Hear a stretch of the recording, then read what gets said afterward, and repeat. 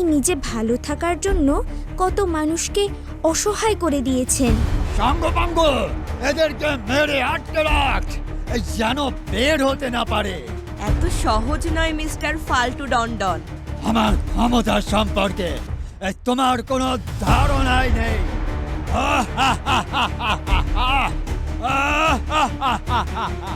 ক্ষমতা থাকলে আটক করে দেখান।